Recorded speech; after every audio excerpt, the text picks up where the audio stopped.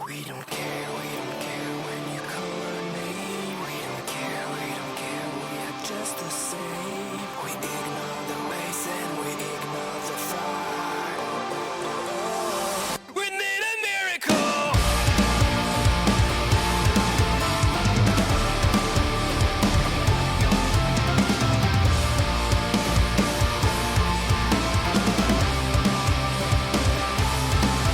We don't care when you call our name. We don't care, we are just the same. We ignore the ways and we ignore the fight. We need a miracle.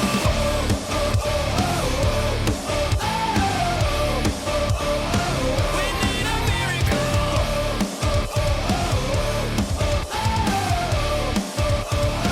We need a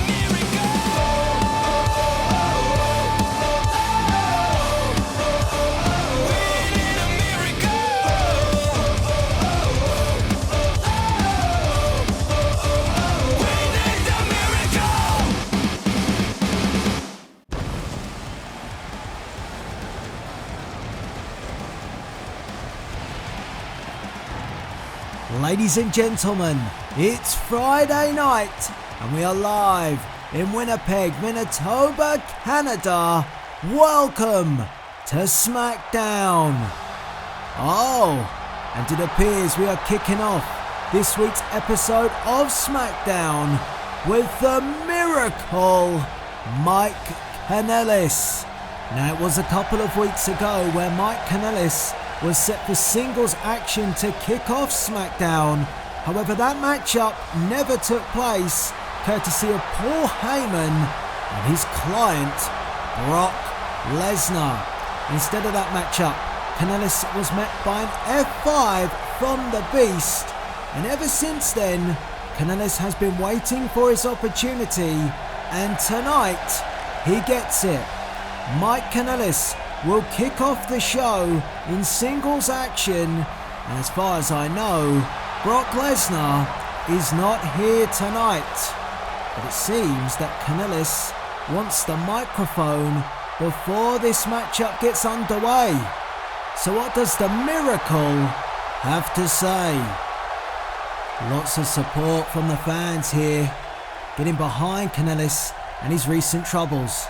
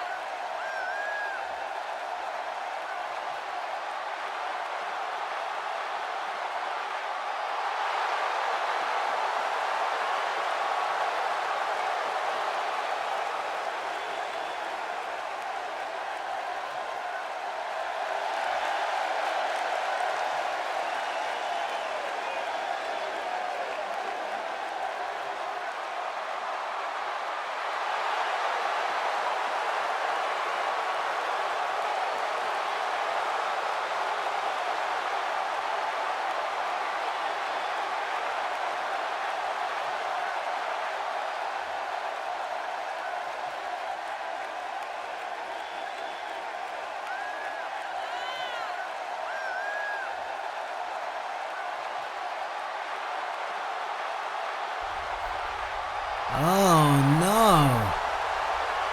Well, Lesnar might not be here, but Paul Heyman is. Oh dear.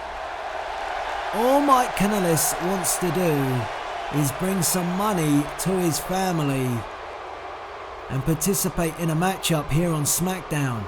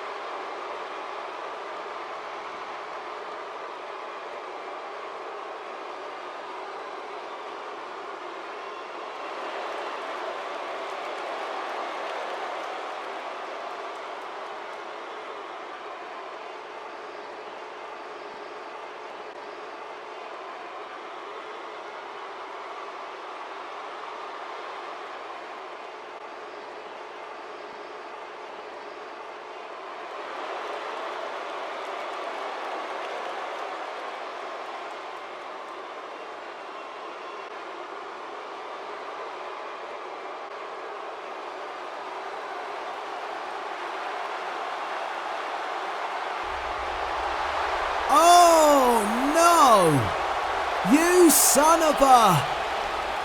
Oh, wait just a minute.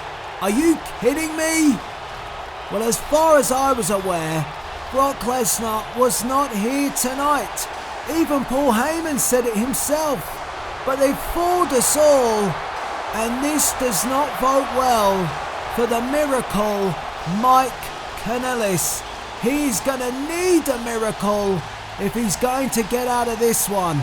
Brock Lesnar is here, and he is in a foul mood. Lesnar, of course, being choked out at the hands of Samoa Joe in successive weeks here on SmackDown, and he's taking out that frustration and aggression on Mike Kanellis once again. And if Mike Kanellis is going to be participating tonight, he is going to be in terrible condition.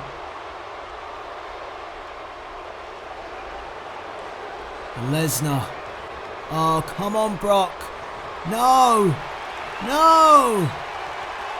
F5. Well, he's not in any condition to compete now. Lesnar has once again taken money off the table of Mike Kanellis. Oh, enough is enough. A second F5.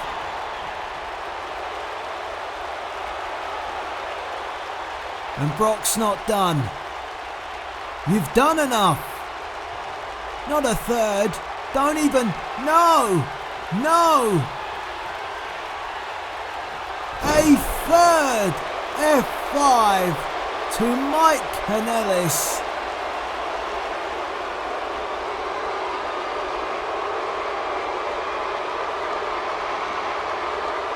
Good Lord. Well, Mike Kanellis will not be participating in our opening matchup after that assault from the Beast. However, fresh off the Jericho cruise, Chris Jericho is back, and he will feature in tonight's main event. Well, unfortunately for Mike Kanellis, the show must go on, and we have women's singles action for you as Ruby Riott, who's already picked up a win on one of our Dark episodes. Make sure you go and check those out. Raw and SmackDown Dark, weekly, right here on my YouTube channel. And Riott now looking to make a name for herself here on Friday Night SmackDown, hoping to pick up her first win here. But she has tough competition. Ruby Riott being thrown in at the deep end, I would say, as she takes on the former women's champion, the Queen. Well, she's still my Queen, Charlotte Flair. And things haven't been going too well for Charlotte since WrestleMania. She's been unable to wrestle back the Women's Championship from Shayna Baszler, who is indeed the SmackDown Women's Champion. And now Charlotte has to focus and look forward to her match at Payback. And it is against the baddest woman on the planet, Rowdy Ronda Rousey. If you missed it, Rousey confirmed that her first matchup, her debut match as part of SmackDown, will be at Payback, our first SmackDown pay-per-view. And her opponent of choice, well, it is a big one, because it is indeed the Queen, Charlotte Flair. What a matchup. Rousey not afraid to pick a fight with one of the top women of the division, and of course that altercation that they had at WrestleMania, potentially for Charlotte, is an opportunity to get even with the Rowdy one. But that is in a few weeks' time. Right now, Charlotte must focus on the task at hand, which is a very tricky Ruby Riott. And Riott, a headbutt straight away, and Riott trying to force the pin, and it's a 1 count for Ruby Riott. Can you imagine if Ruby Riott was indeed to get her first win, and it being over Charlotte Flair? That would really state her claim in the women's division here on SmackDown, but Charlotte with a chop. And a second. Those trademark Flair chops. Oh, but Riott responds with a super kick. And now a pin. 1. Again, Riott trying to get this one wrapped up early.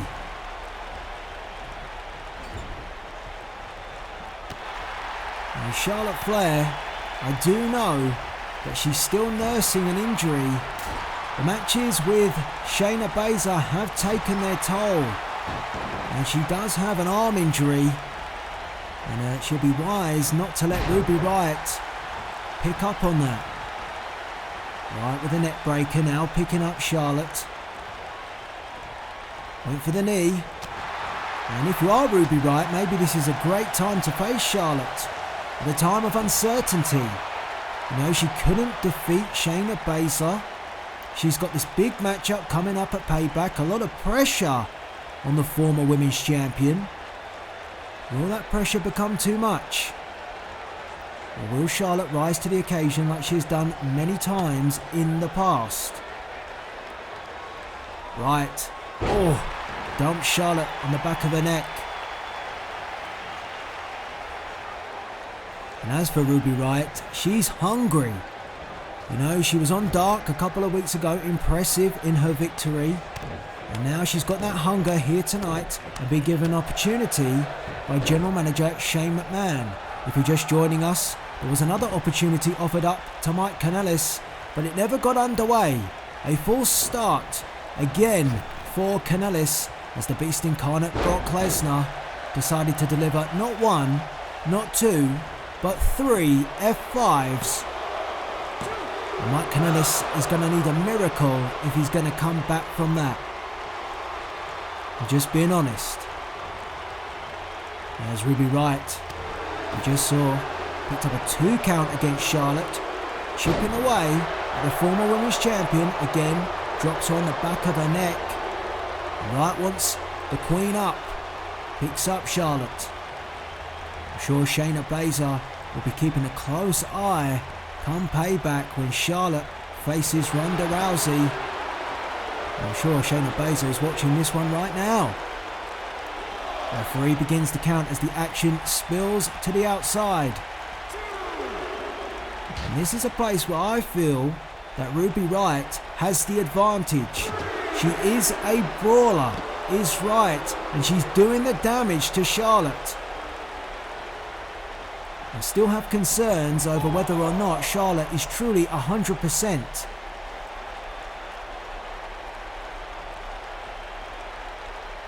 As Riott picks up Charlotte. Did some good work on the outside. I'm not going to discredit Ruby Riott for taking the advantage. There's Charlotte with a clothesline, trying to mount some offense, build some momentum. Got to get back into this one. And Charlotte now wants Ruby Riott up. Riott dazed after that clothesline. Doesn't have enough time to turn around and gets dropped face first into the mat. Flair opting against going for the pin. Instead, wants Riott up. Poised and waiting in the corner. And a spear from the Queen. Almost setting out. A shriek of relief there from Charlotte, and in doing so, she may just have allowed Ruby Riott that time to kick out. If she'd gone for the pin straight away, she might have picked up the W. But this matchup still continues. Shot from Flair. Another one. Went for the third. Riott blocks it. And Riott with a forearm might have knocked out Charlotte. Can she get this? Oh, it was close. You would have to call it an upset. But the hunger and the desire being shown from Ruby Riott is clear to be seen by everybody. Riott with a drop kick caught Charlotte, really testing the former women's champion. This is a strong showing from Ruby Riott. Kick to the midsection and a second. One thing I will say about Riott is she hasn't targeted the arm. If she'd done her scouting, she should be aware, instead Charlotte. Well, Charlotte, we're desperate times, and Charlotte has gone for that figure 4 around the ring post. She can't win the matchup by performing that manoeuvre, but instead it will do the damage. Significant damage to Ruby Riott. I'm not entirely sure how I feel about that. Quite a risque manoeuvre. Obviously she has to the count of 5 to relinquish the hold, but that's a damaging move to a prospect in Ruby Riott, and Riott in all sorts of trouble now after that figure 4, using the leverage of the ring post. Oh, but Riott rallying, and a power bomb. Pin 1, 2. Oh, and Ruby Riott so close. And now Riott just choking the life out of Charlotte Flair. Riott with a kick to the knee, hits the ropes. Oh, and face first, the basement Hurricane Rana. Flair, a bit dazed, gets up to her feet, only to be met by a drop kick, and Charlotte is all over the place at the moment, stumbling around, using the ropes to pull herself up. Now Charlotte gets that focus back and replies with a forearm of her own. Can Charlotte weather the storm of Ruby Riott? Oh, Riott with a kick. And a second one to the side. And Charlotte is stumbled. Great contest to kick off SmackDown this week. It wasn't our booked matchup to start the show. Mike Kanellis was due to be in action, but that didn't happen. And Charlotte with an almighty chop.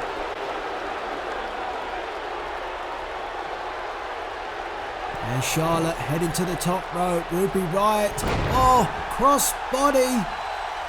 And Charlotte opts to not take the cover, instead calls up Riott again. Hits the ropes, big boot.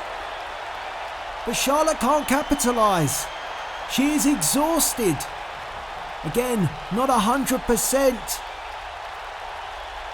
But Charlotte, can she do it? Natural selection. And a very tired Charlotte Flair hooks the leg. And she picks up the win. But she has been seriously tested ahead of her matchup at Payback by Ruby Riott. You see the spear from Charlotte. She went for the Hurricane Rana from the top rope, got caught, and Ruby Riott with a power bomb, which drew her oh so close to beating the Queen. And you see the exhaustion from Charlotte Flair, but she was able to deliver the natural selection, which would indeed give her the win. There you go. And Charlotte Flair celebrates. But it was a tough contest here on SmackDown. Full credit to Ruby Riott. She put on a hell of an effort. And Riott, oh! Oh, well, Ruby, don't spoil yourself. You put on a great showing. Oh, no. Well, this is not the way to make a name for yourself. Not at the expense of another superstar. After such a matchup, and Ruby Riott attacking that injured arm of Charlotte Flair. This is not good for the Queen, with just weeks away from facing Ronda Rousey. Still to come tonight, Alistair Black returns to action. Can tonight's opponent stop the striking man from Amsterdam?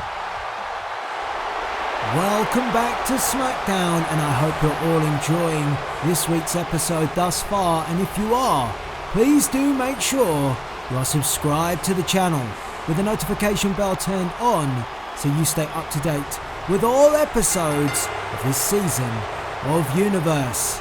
So, before we get into this one, let me just check something. Is it on the line? Are you sure? Can you double check it?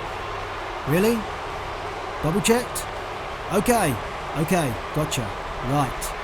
Well, I've just been told through my headset that tonight is the night.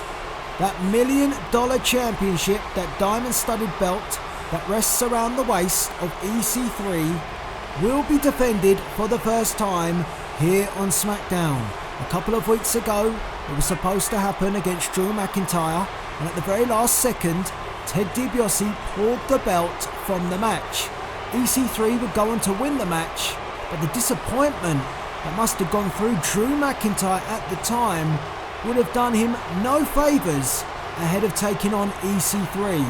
Of course, EC3 has a perfect record, 2 wins, no losses and no draws, and he'll be looking to keep that record intact, but the pressure is on.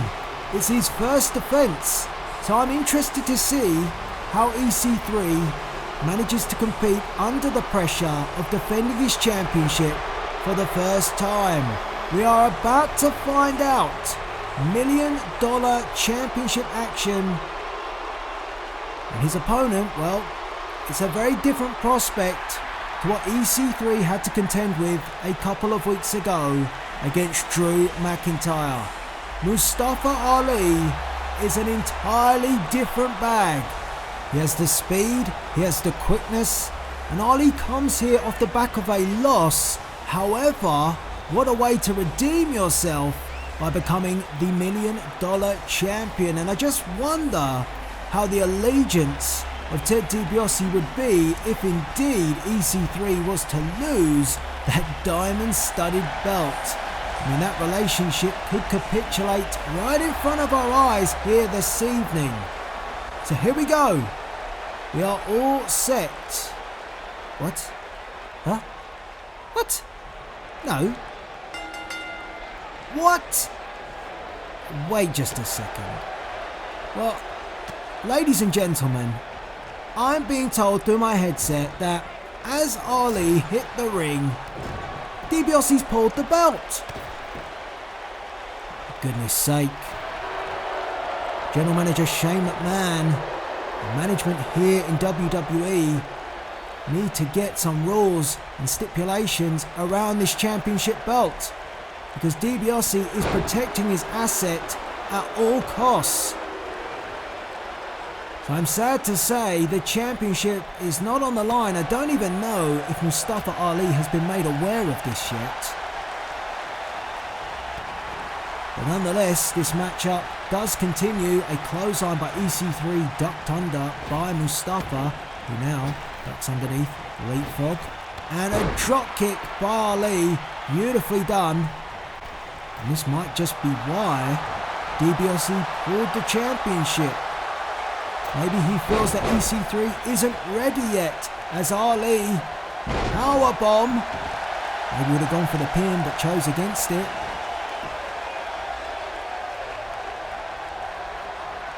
Now, some people might say it's smart from DiBiase, but don't put out there that the championship is on the line in the first place.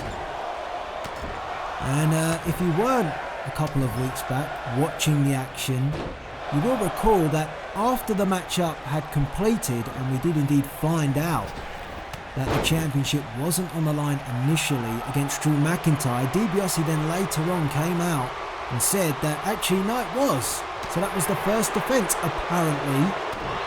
I mean, it's very confusing, this championship. As Ali tries to take the victory quick, and two counting. EC3 up and went for the running knee, but Ali one step ahead and an enziguri to the back of the neck, and it's all Mustafa Ali, who may be under the impression that the championship is on the line, but it's not. And DiBiase at ringside looking concerned, but he's making up the rules as we go along with his championship, so that's one relief for him, that belt, that diamond-studded belt, won't be going anywhere. as EC3 again comes forward with the clothesline, but Ali is just too quick, too fast. And Mustafa Ali now willing to exchange. This might be an area that EC3 has the advantage in, and he does catch Ali this time with the clothesline. Third time lucky, and then drives the elbow into the chest of Mustafa Ali. And DiBiase looking much more pleased now with his prized asset. Ali back up and taken down, turned inside out by the $1 million champion. DiBiase very happy now. This is a complete change in a matter of moments, and a Boston Crab perfectly executed in the middle of the ring, putting the pressure now on Mustafa Ali. Great way to nullify the speed and the quickness here from EC3. Oh, but Ali managed to escape, and EC3 came straight away back forward to try and reapply that Boston Crab. Instead, Ali broke free, suplex. And where is Ali going? Heads to the apron, and Ali wanting to change gears. Heads up to the top rope. EC3 up to his feet and taken down with a missile drop kick. And that prompts EC3 to roll to the outside to try and take a timeout, try and take a break. And Mustafa Ali isn't letting him go anywhere. Wow. Referee now beginning the count. And if you're just joining us, you're joining us in a non-title match. Originally we thought it was on the line, we got the word, then it wasn't. You can thank Ted DiBiase for that.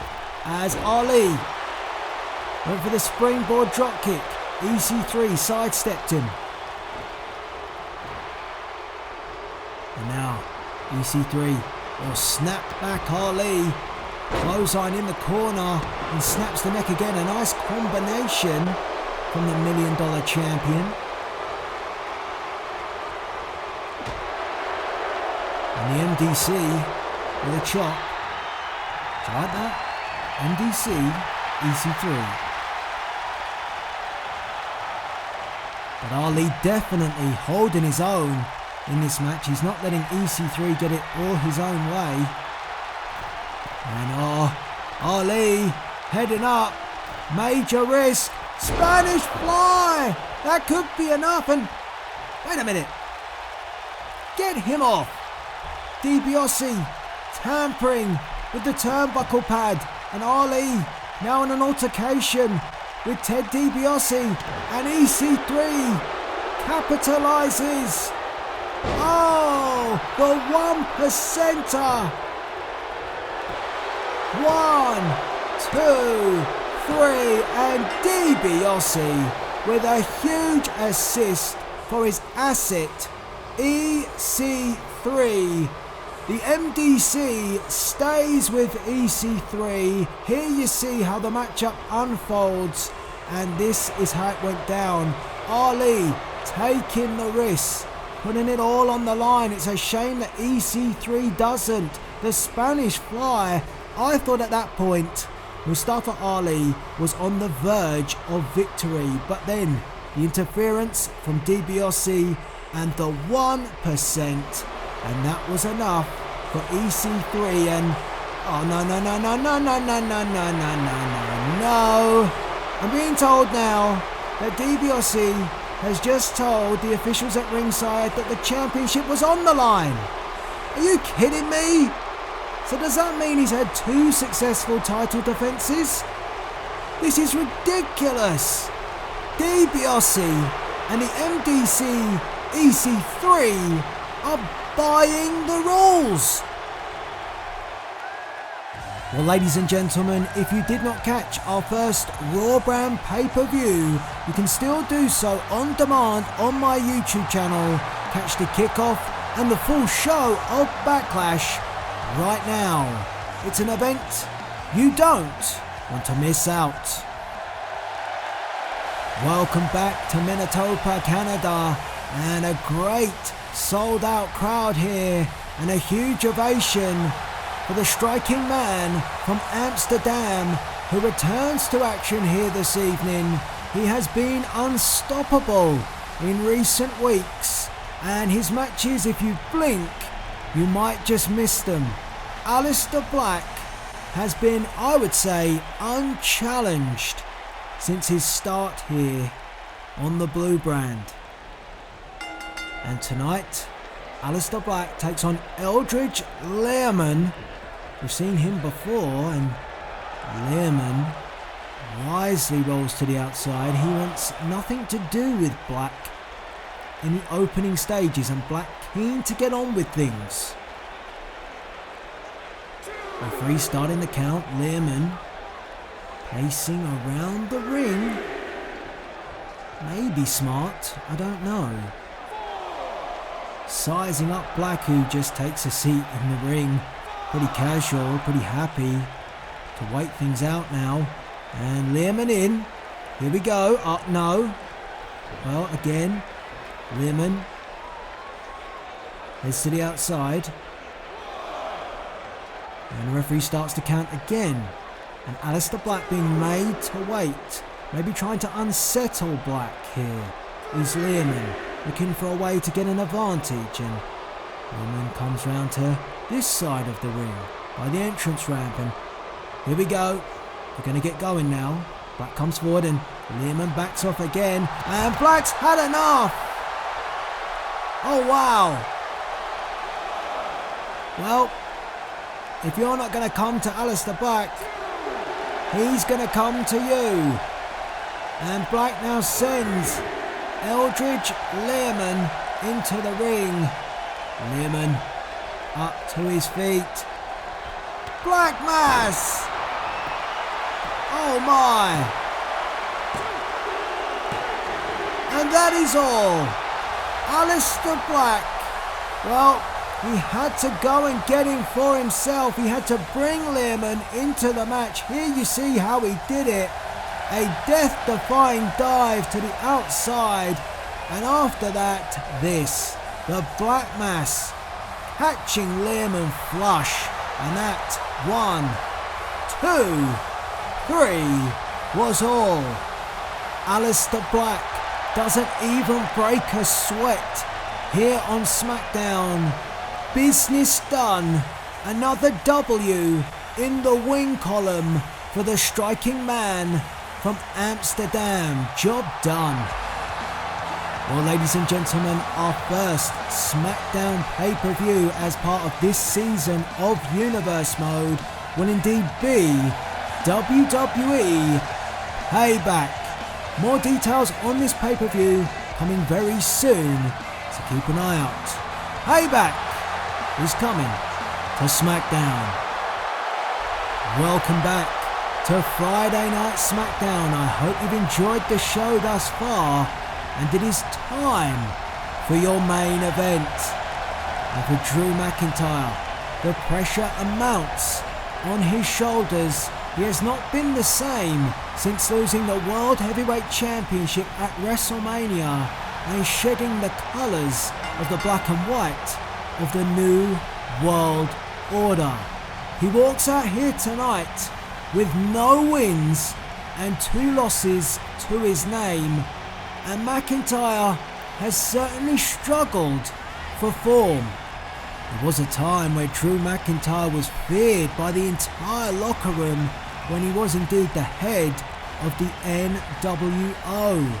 Now, everybody's taking a shot. He was attacked by the tag team champions here on SmackDown, the Kings of Wrestling, as McIntyre roars, but is at a frustrated roar.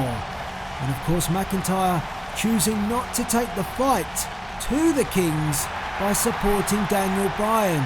Maybe too much on the mind of McIntyre. McIntyre may be thinking about getting his own career back on track before fighting the battles for anybody else. Well, he has an opportunity. He's been placed in the main event. However, it is going to be a toughie, that's for sure, because right here in Winnipeg, Manitoba, Canada, the home of the Alpha, Chris Jericho makes his return after the Jericho Cruise. And just listen to the fans here in Winnipeg. It is deafening as Jericho makes his way to the ring, the Alpha of SmackDown. And we've seen, as part of the Jericho Cruise, Chris Jericho calling the name of the dead man, stating the Painmaker is coming. Well, no Painmaker here tonight, but Jericho will want to make a statement and make it clear to The Undertaker that Chris Jericho is not a superstar to be messed with, and I just cannot get over this crowd. Listen to it. It is raucous here in Winnipeg, Manitoba, Canada, and my oh my, the pressure is on Drew McIntyre. If McIntyre is going to have to overcome Chris Jericho, he's going to have to overcome these fans too. It is deafening, and it's been quite some time since I've heard cheers for Jericho inside a SmackDown arena. Unbelievable. Big fight feel for our main event here on SmackDown. McIntyre versus Jericho. And we are all set to go. And the referee signals for the bell to get our main event underway, and McIntyre coming out aggressive against Chris Jericho. A clothesline taking down the Alpha. I wouldn't expect much less from Drew McIntyre. But this aggression that he's had has come back to haunt him in the past. It's almost turned at times to frustration and desperation and cost him matches. Gonna have to be careful not that the same fate happened tonight against Jericho. And McIntyre hounding down on Jericho in the corner. Jericho having a nice break on the Jericho Cruise after being chokeslammed from The Undertaker, and we now know that the Phenom is exclusive to SmackDown, signing that lucrative contract. Jericho not too pleased about that either. He still believes that he was the #1 draft pick of the WWE draft. In fact, he wasn't. Ronda Rousey was for SmackDown. Let's be clear, as Jericho with an early pin and McIntyre kicks out at 1. Jericho now poised, calling up Drew McIntyre. McIntyre up to a knee, now completely up, double axe handle evaded by McIntyre. Crowd didn't like that, getting on the case of McIntyre already. Elbow to the back of the neck. Of course, McIntyre has his fans, but this is much more a pro Jericho crowd. For obvious reasons, we are in Canada. And Jericho salutes the Winnipeg faithful. And up and down. On the back goes McIntyre.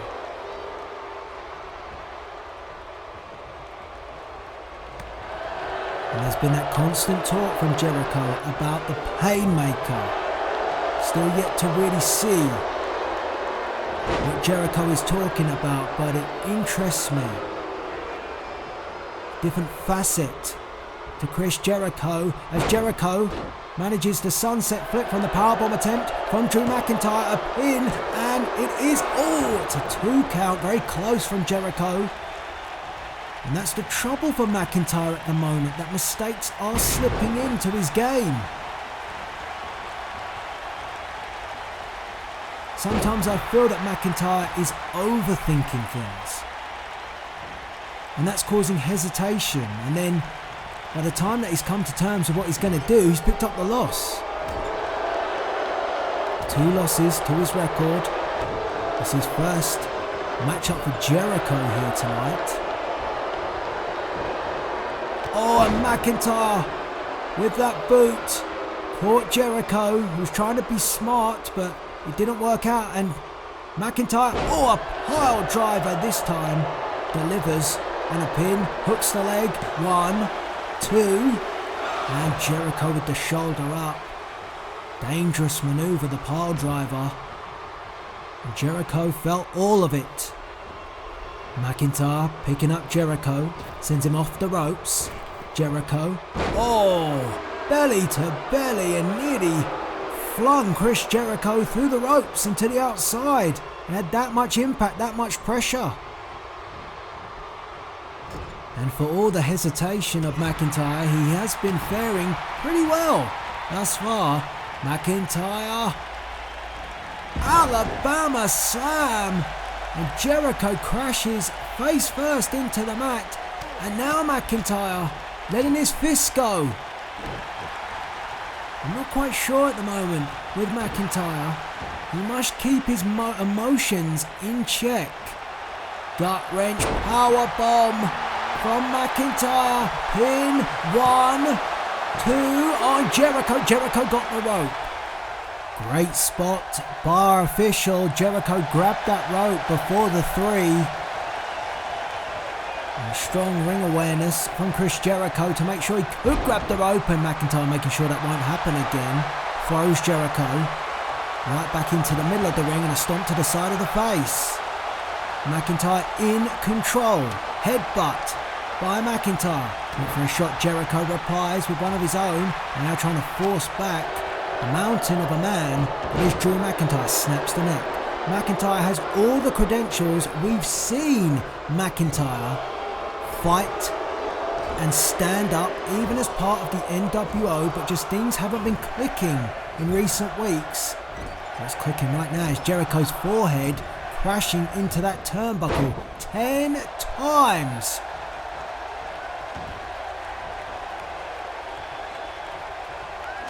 Headbutt by McIntyre. Went for a shot. Jericho sidestepped him. And Jericho not out of this one yet. Jericho ducks underneath. Leapfrog over the top. Still great athleticism by the Alpha, even at his ripe age. Jericho, a veteran of the ring. And now double underhook and a backbreaker.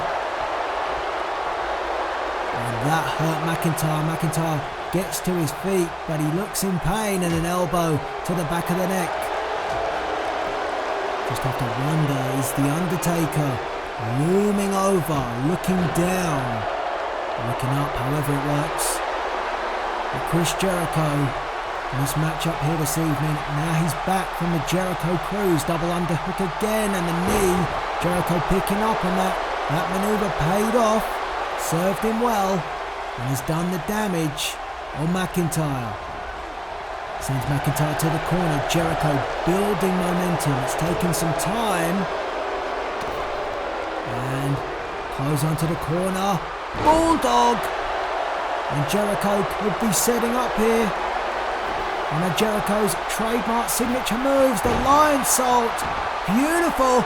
1, 2, and McIntyre gets that shoulder up. And where's Chris Jericho going? He wants McIntyre up, and McIntyre slow. Oh, now McIntyre's up. He rises, and Jericho caught. Chris Jericho caught in midair by McIntyre, and look at the strength from Drew McIntyre to maneuver Jericho. Wow. And for all the issues that McIntyre is having, that was impressive. Can McIntyre capitalise? Jericho wisely rolled to the outside, the veteran move, and that has gained Jericho a few seconds of respite. And Jericho now heads back up, didn't pay off, goes to the well again. Can it work this time for Jericho? The crossbody, he gets him, he hooks the leg. 1, 2, and shoulder up. And nearly scoring the victory here in his home of Winnipeg. Now Jericho putting the boots, a bit of frustration from the Alpha. Oh, and then some showing off, and McIntyre gets to his feet. Jericho unsettled to see McIntyre back up, and well, pays the price. For however down McIntyre is, you cannot take liberties with Drew McIntyre, and the belly-to-belly suplex My God. McIntyre not happy about Jericho, almost trying to humiliate him. Resting up on those ropes. Jericho slow to get to his feet. McIntyre went for the headbutt, didn't get it. Oh, breaker! Oh no! 1, 2, 3. Jericho wins! Jericho wins! And again, it's the same story for Drew McIntyre. Look, he took his time and it was a mistake. And the code breaker from Jericho. And it is a win for Chris Jericho in our main event here in Canada. Oh my! A warning to the Painmaker.